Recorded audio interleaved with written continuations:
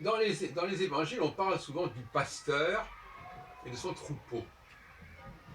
C'est une image quand même qui est intéressante au regard de ma théorie de la maisonnée. Parce que qu'on le veuille ou non, le troupeau, ce ne sont pas des êtres humains. Alors, généralement, l'image ici renvoie, c'est une image, une parabole. Mais néanmoins, je crois que c'est important de prendre cette formule à la lettre. L'homme doit gérer autour de lui, il est responsable de ce qui se passe autour de lui, de ce qui fait partie de sa domesticité, les animaux domestiques, comme on dit. Et euh, le pasteur et son troupeau, il faut le prendre au premier sens du terme. Le troupeau, c'est tout ce dont l'homme est responsable. Et ça nous renvoie à la notion de maison dans les 10 commandements, le respect du Shabbat qui s'impose à toute la maisonnée, le fait qu'il ne faut pas convoiter la maisonnée, moi je le traduis comme ça, de son prochain, et ça énumère les femmes, les enfants, les serviteurs, les étrangers, le bétail, etc. Le bétail. Dans les deux cas, il y a le bétail qui est contraint par les obligations, les mitzvot, les commandements. Donc, le pasteur et son troupeau, c'est la même chose. Et cette idée-là, elle a été évidemment refoulée, surinterprétée, désinterprétée, et on ne veut plus rien, ça ne fait plus rien dire. Mais en fin de compte, non. Nous avons la charge, nous avons cure Pierre dirait les Anglais, nous avons cure de nous occuper de tout ce qui nous fait confiance, de tout ce qui vient vers nous, tout ce qui se soumet à nous, y compris d'ailleurs les machines. Il faut soigner son matériel, sa charrue, ses outils, etc., jusqu'à nos jours, son portable. Voilà, tout ça, c'est notre troupeau. Alors moi, j'emploie pas le mot troupeau, j'emploie le mot maisonnée. Hein, mais l'image est la même, n'est-ce pas? Et maisonnée, c'est quand même plus doux que troupeau.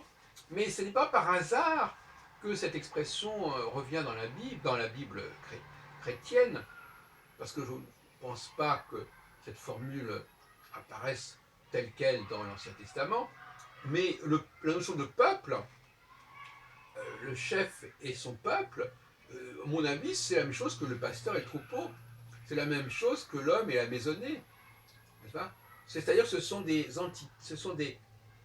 populations, peuples, qui gravitent autour d'un centre, d'un guide, d'un chef, d'un pasteur, d'un pater familias, etc. Et c'est ça que ça veut dire, c'est ça que ça veut dire, pas? Ce couple, ce binôme, le pasteur et le troupeau, Moïse et son peuple, et le peuple plutôt, etc. Tout ça, c'est une dualité. Pas? Tu ne comprendras pas la femme de ton prochain, et tout ce qui va autour, donc ton prochain, et sa maison, et tout ce qui est dans sa maison à lui, dans sa maisonnée. Il faudrait quand même rétablir cela. Les musulmans semblent avoir mieux gardé cette idée, n'est-ce pas? Même si les chrétiens, à mon avis, continuent à penser que le pape, par exemple, c'est le pasteur par excellence, et les protestants emploient le mot pasteur, et c'est pas par hasard. Parce que le mot pasteur, ça renvoie quand même au berger, ça renvoie au troupeau.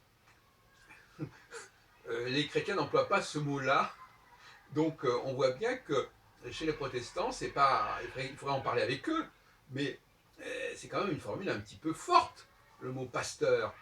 Hein, désolé, c'est quand même pas rien.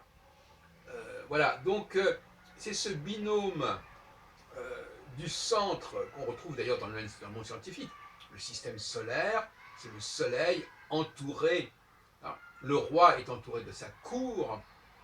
Voilà, l'atome, il y a aussi ce qui tourne autour du noyau, etc. La notion de noyau est également du même ordre. Le cœur, le noyau, le centre. Bon, la France est organisée autour d'une capitale, et tout tourne autour de cela. La notion de tourner autour, ça veut dire que ça gravite autour, que ça passe par ce centre. J'ai l'impression qu'il faut le comprendre. Mais en même temps, il faut éviter le jacobinisme. Il faut comprendre que ça tourne autour, mais pas forcément selon un même rythme, pas forcément à la même distance, pas forcément avec le même statut. Et là, on retombe dans la notion d'empire, avec des gens de statuts différents. Chez les musulmans, c'est le dhimmi, qui sont les chrétiens et les juifs. Ils sont partie prenante de l'empire, ils sont intégrés dans l'empire, mais ils ne sont pas assimilés au sens qu'ils auraient le même statut. Et ça aussi, s'il y a des blocages, il y a des obstacles épistémologiques à ce sujet, et donc il faut faire une rupture épistémologique en reprécisant que la notion d'appartenance est complexe et qu'il y a plusieurs demeures et qu'il faut bon, il faut des choses diverses pour faire un monde, n'est-ce pas? Il faut de tout pour faire un monde, comme on dit. Voilà, cette diversité n'est pas incompatible avec la notion d'unité, contrairement à ce que d'aucuns veulent nous faire croire.